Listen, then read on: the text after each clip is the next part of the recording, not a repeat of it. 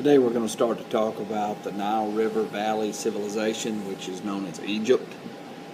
Egypt was unlike Mesopotamia in a lot of ways, also similar in a lot of ways. Mesopotamia, we know already, you've learned that they depended greatly on the Tigris and Euphrates rivers.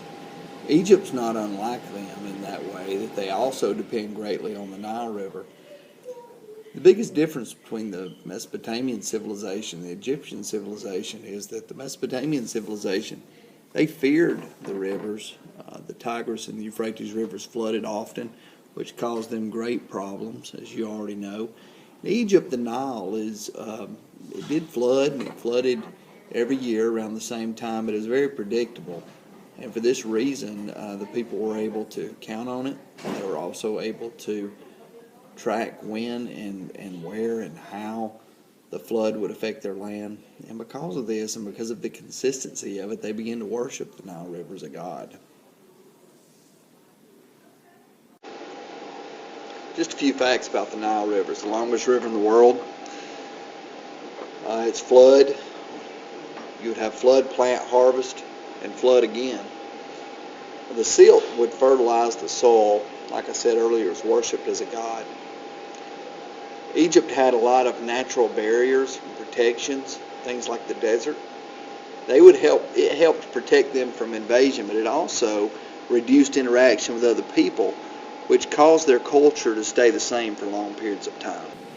In ancient Egypt, we have two different parts of Egypt. We have Upper Egypt, which ironically is the southern part of Egypt, the south. And we have Lower Egypt, which is the northern part of Egypt, which makes up the Nile Delta region. That region where you have the delta, where you have that fan-shaped area that flows into the Mediterranean Sea.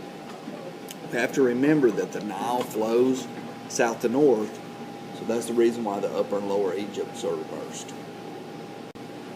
In Egypt's early dynastic period, Upper and Lower Egypt were unified under a single ruler. That first ruler's name was Menes. Menes was able to bring order to a unified Egypt. Prior to Menes, we saw that these groups of people were often fighting against one another.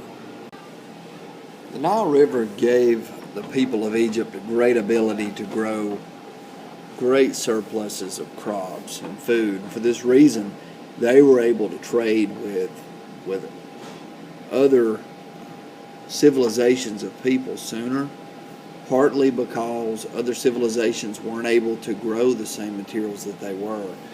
So for this reason, it enabled them to trade more, and because they had that ability to grow more food.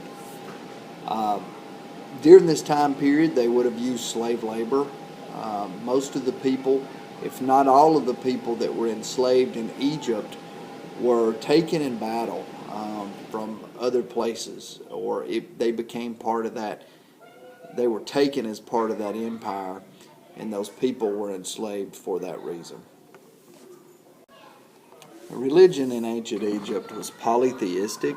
Polytheistic means that they worshiped many other gods.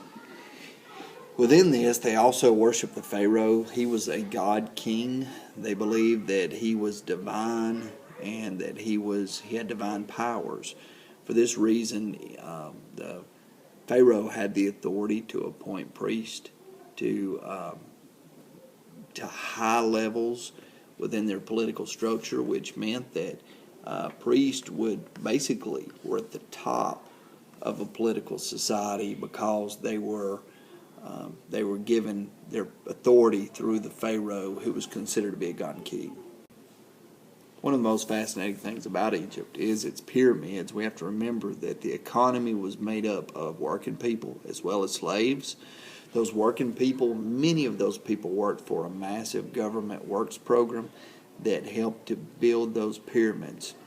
Also need to remember that things like papyrus was very important to the ancient Egyptians because it gave them the ability to use paper for the first time.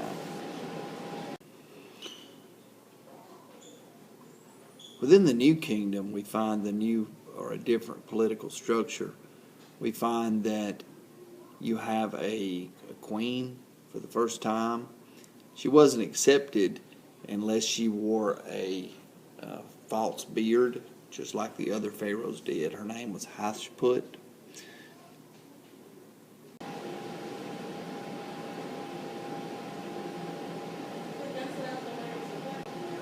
King Tut is also one of those mysteries that many people want to understand and want to know more about. He died at a very young age, but King Tut's tomb was found completely intact by archaeologists. For this reason, we were able to get a lot of information, a lot of science and scientific findings from his tomb.